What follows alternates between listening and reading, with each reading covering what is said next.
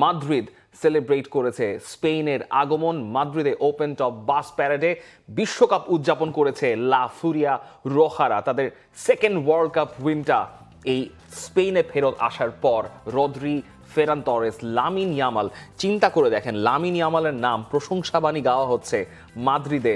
রদ্রির সঙ্গে ফেরান তরেস সবার নাম এখন মাদ্রিদ জুড়ে স্পেনের ক্যাপিটালে। তারা উদযাপন করছেন তাদের সেকেন্ড ওয়ার্ল্ড কাপ উইনটাকে। এই ঘটনাটা হয়তো বুয়েনোস আইরেসেও হতে পারতো, বাট ডিজার্ভিংলি এই স্পেন তারা সেকেন্ড ওয়ার্ল্ড কাপটা জিতেছে এবং সেটার ট্রফির উদযাপন আমরা অনেক অনেক মজার জিনিসপত্রই দেখেছি। এক্স্যাক্টলি, এবং কুকু কুকুরে ওই গানটাও তো আমরা শুনেছি। প্লাস ওই ম্যাচটা যারা দেখছিলেন, মানে স্পেনের যতগুলো ফুটবল ক্লাবে যত ফুটবলাররা আছেন সবাই এই ম্যাচের দিকে নজর রাখছিলেন, এবং ওই ফাইনালের ওই ফেরান তোরেসের গোলটাও সেভাবে সেলিব্রেট করা হয়েছে। এই চ্যাম্পিয়নরা ফিরেছেন, একেবারে চ্যাম্পিয়নরা ফেরার পরই Which is the world-class cable brand? Walton Cables, নিরাপদ আগামী সংযোগ। প্রথমে তারা পৌঁছে গেছেন একেবারে প্রেসিডেন্সিয়াল ওইখানটাতে, প্রেসিডেন্টের সঙ্গে দেখা করতে। তারপর ওখানে ট্রফি নিয়ে কিছু ফটো সেশন হয়েছে। এরপরে রাজার সঙ্গে দেখা হয়েছে স্পেনের এই ফুটবল টিমের। রদ্রি তার হাতেও বিশ্বকাপ ট্রফিটা তুলে দিয়েছেন। এরপরে শুরু হয়েছে এই উদযাপন মাদ্রিদ জুড়ে, ঠিক যেখানে 2024 সালে ইউরো জেতার পরে সেলিব্রেশনটা হয়েছিল স্পেনের, ঠিক সেখানেই আরও একবার লা ফিউরিয়া রোহা। এই সেলিব্রেশন অনেক মানে সারা দিন ব্যাপী চলেছে এবং রাত ব্যাপী লাখ লাখ মানুষের একটা সমাগম হয়েছে, ঠিক যেমনটা 2022-এ আর্জেন্টিনা বুয়েনোস আইরেসে করেছিল। এই ধরনের সেলিব্রেশন সব দলের জন্যই খুবই স্পেশাল। আমরা দেখেছি যে মিক্স জোন থেকে মার্ক কুকুরেয়া হচ্ছে পলিথিন ব্যাগে করে ওয়ার্ল্ড কাপটা নিয়ে যাচ্ছেন। সেটা রেপ্লিকা নাকি অন্য ওয়ার্ল্ড কাপ সেটা এখনো কনফার্ম করা যায়নি, বাট এই যে স্প্যানিশ টিমটা পুরো টুর্নামেন্টটা যে তারা ডমিনেন্ট ওয়েতে খেললো, কিছু কিছু সময় তারা কনভিন্স করেছে, কিছু কিছু সময় তারা কনভিন্স করে নাই, কিন্তু সেমিফাইনাল থেকে আমরা মোটামুটি এই স্পেন টিমটা একটা পূর্ণ রূপ দেখতে পেয়েছি, যেটা আর্জেন্টিনার পক্ষে কোনোভাবেই এই দলটাকে ট্র্যাম্পল করা পসিবল হয়নি। আর্জেন্টিনাকে স্পেন খেলতেই দেয় নাই, মানে আমার মাঝখানে তো একদিন পার হয়ে গেছে, অনেকেই অনেক কিছু অ্যানালাইসিস করতে পেরেছেন, কিন্তু এই যে ওয়ার্ল্ড চ্যাম্পিয়ন তারা হলো, এবং আপনি যদি দেখেন ইউরো 2024 মাঝখানের অলিম্পিক নারী দল চ্যাম্পিয়ন হলো বিশ্বকাপে, এবং তারপর এসে এই দলটা ওয়ার্ল্ড কাপ চ্যাম্পিয়ন হলো। স্প্যানিশ ন্যাশনাল টিমের পুরো ফাউন্ডেশনটাকে একটা স্পেসিফিক আমব্রেলার আন্ডারে নিয়ে আসা হয়েছে।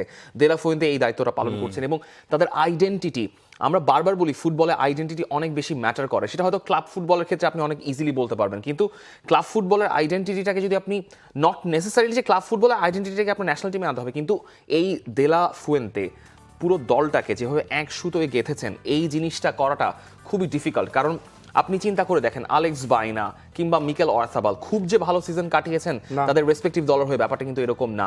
দানি ওলমো যখন ভালো শুরু করেন, কিন্তু যখন তিনি ইনজুরিতে পড়েন বা ফর্মহীনতায় ভোগেন, বার্সেলোনাতে তিনি অনেক ধরনের সমস্যায় ভুগেছেন। লামিন ইয়ামাল একটা ইনজুরি প্রোন সিজন পার করে এই ওয়ার্ল্ড কাপ খেলতে এসেছেন। অনেক ডিপার্টমেন্টে অনেক ধরনের সমস্যা হয়তো তাদের ছিল।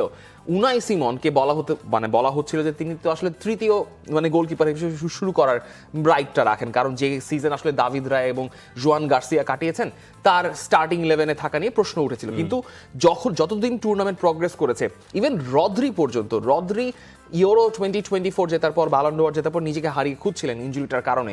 আপনি শেষ পর্যন্ত কোন স্পেনটাকে দেখলেন, অ্যান এভার ডমিনেন্ট ফোর্স, যেটা এই বিশ্বকাপটা ডিজার্ভিংলি জিতেছে। এবং এই রদ্রি বিশ্বকাপ জেতার পর ফিফাকে একটা ইন্টারভিউতে বলছিলেন যে দেখুন, ফুটবলে অনেকে অন্য জায়গায় বেশি ফোকাস করে, আউট অফ পজিশন আপনি কিভাবে মুভমেন্ট করছেন এটার উপরে অনেকটুকু মডার্ন ফুটবল ডিকটেট হয়, এবং রদ্রি সেখানে মনোযোগটা দিয়েছেন। রদ্রির পজিশন সেন্স, আপনি এই পাসিং টাসিং হিসেব করলে সব থেকে বেশি লাইন ব্রেকিং পাস, ওই সব আমি হিসেব করে মানে খাতায় পাতায় রাখলাম না, কিন্তু যারা ম্যাচ দেখেছেন, যারা ম্যাচটাকে ভালোবাসেন, ফুটবল ভালোবাসেন, রদ্রি ওয়াজ এভরিওয়্যার। যে কোনো একটা সেকেন্ড বল মিডফিল্ডে পড়ছে, রদ্রি সেখানে পৌঁছে গেছেন। এই রদ্রি মনে হয় যে এই পুরো সিজনটা যে ইনজুরির কারণে খেললেন না, এখানে একটা ভালো অ্যাডভান্টেজ তিনি পেয়েছেন। ওই সিজনের ক্লান্তি তার নেই, এবং সেই ক্লান্তি না থাকাটা হয়তো বিশ্বকাপে তাকে এইভাবে পারফর্ম করতে সাহায্য করেছে। এবং এই লুই দে লা ফুয়েন্তের কথা বলছি আমরা, দেখুন ফেডারেশনকে একটা বড় সড় ক্রেডিট দিতে হয়। দ্য লাইন অফ সাকসেশন সব সময়ই নির্ধারিত ছিল যে আমার যদি লুই এনরিকের প্রজেক্টটা ফেল করে, লুই দে লা ফুয়েন্তে আমার নেক্সট স্পেন ন্যাশনাল টিমের কোচ হবেন।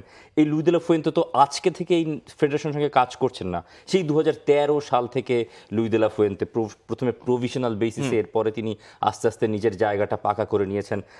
এবং লুই দে লা ফুয়েন্তে এই যতগুলো প্লেয়ার আছে, ওয়ারজাবাল, দানি ওলমো, এদেরকে তো অনেক বছর বছর ধরে চেনেন। তিনি এই স্কোয়াডটাকে আজকে থেকে বিল্ড করছেন না, রদ্রিকে তিনি আজকে থেকে বিল্ড করছেন না সিডিএম পজিশনের জন্য। এই রদ্রিকে সেন্টার ব্যাকে খেলিয়েছেন লুই এনরিকে 2022 সালে, কিন্তু রদ্রির আসল জায়গাটা তো এই সিডিএম পজিশনটাতে। এবং সব কিছু মিলে স্পেন আসলে যত টুর্নামেন্টটা গ্রো করেছে ডে বাই ডে, স্পেন তাদের খেলার ধারটা অত বাড়িয়েছে। হয়তো ওইরকম গোল স্কোর করে নাই স্পেন, পর্তুগালকে 3-0 বা বেলজিয়ামকে 4-1 এমন কোনো ব্যবধানে হারিয়ে তার ফাইনাল পর্যন্ত আসে নাই। কিন্তু যখন সেমিফাইনালের ব্যাটেলটা যখন সব থেকে বেশি দরকার হয়েছে একটা স্টেটমেন্ট পারফরমেন্সের, তারা দেখিয়েছে what is football. Spain played the football that was needed to be champions. Football one on that day final ম্যাচে, সেটা নিয়ে হয়তো অনেকেই এখন আর সন্দিহান থাকতে চাইবেন না যে স্পেন আর্জেন্টিনাকে যথেষ্ট ডমিনেন্ট ওয়েতে হারিয়ে তারা বিশ্ব চ্যাম্পিয়ন হয়েছে। স্পেনের জার্সিতে সেকেন্ড স্টার জুটে গিয়েছে, স্পেনের জন্য একটা ভালো সময় এখন কাটছে। For more updates, subscribe to our YouTube channel and click on the bell icon. Follow us on Facebook and Instagram. Download T-Sports app to enjoy exciting games and highlights. Visit tsports.com.